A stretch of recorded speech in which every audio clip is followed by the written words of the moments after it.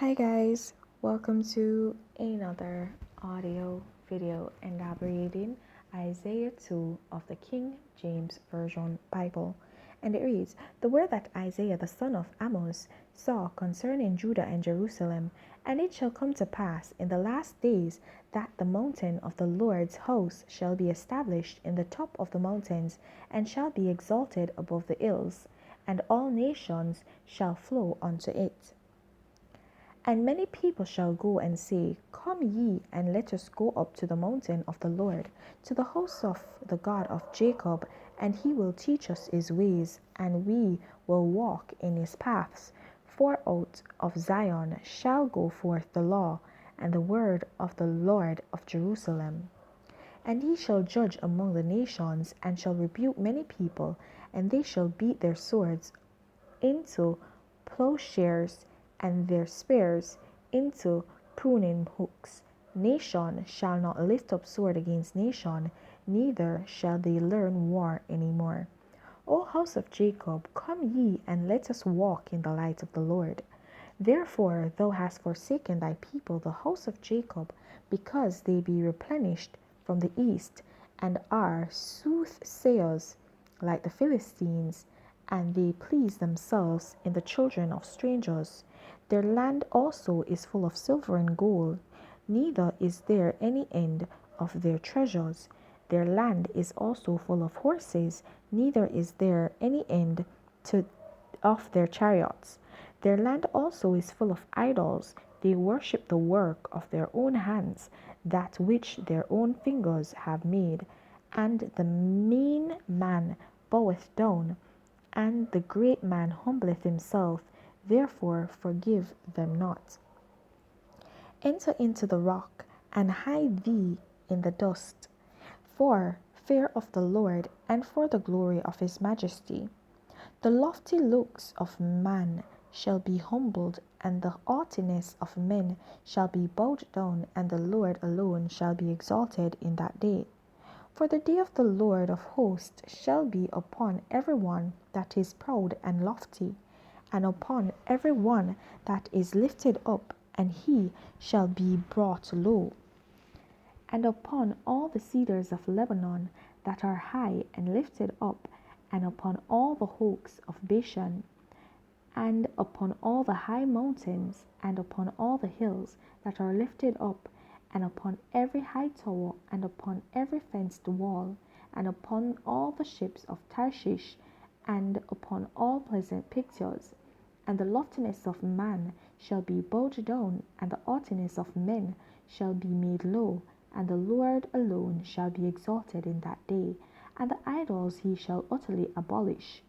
And they shall go into the holes of the rocks, and into the caves of the earth, for fear of the Lord, and for the glory of his majesty, when he ariseth to shake terribly the earth.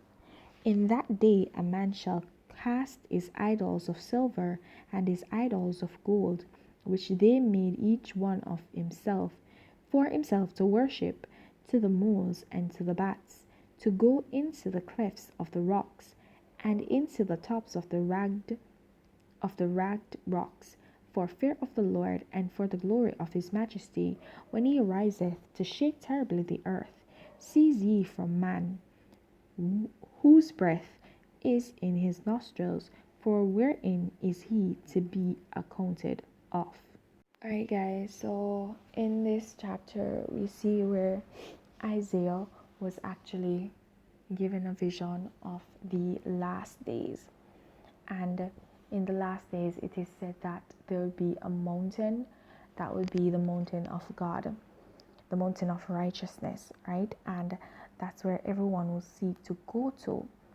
And here I'm not thinking of a literal mountain. Here I'm thinking of going to God, seeking God. And we know that there are a lot of religions around the world. And so here where Isaiah got this vision, I'm not thinking he got this vision just for the children of Jerusalem, even though that is what it was said concerning Jerusalem and Judah, right? But as it relates to God's people, not just Jerusalem and Judah, but all God's people. This will weed out, basically, this is speaking of weeding out basically the pure and those that actually mean God and stand for God, and those that actually say God but do not stand for God. Okay, there will be a day of reckoning where God will come and he will actually get rid of everything that is evil off the face of the earth. And that is a day that I still want to come, and I'm working to ensure that when that day comes, I'm on the right side, I'm on God's side, so God can say, I know her, she's my daughter in whom I'm well pleased.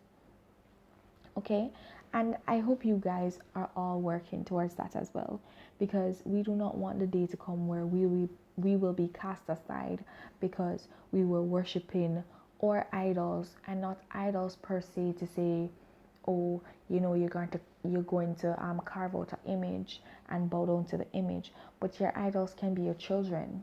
Yes, your idols can be your children. Okay, your idols can be your home, your idol can be your education, your idol can be your job, your idol can be your title, your idol can be your standing in community, your sociological standing in society, right? Your socioeconomic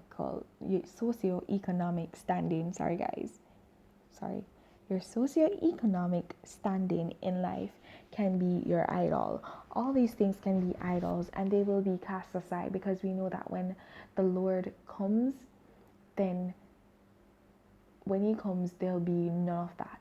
All that will remain is serving God and doing good. All evil will be cast off, and all the job that you were worshiping as an idol, there'll be no use for that anymore.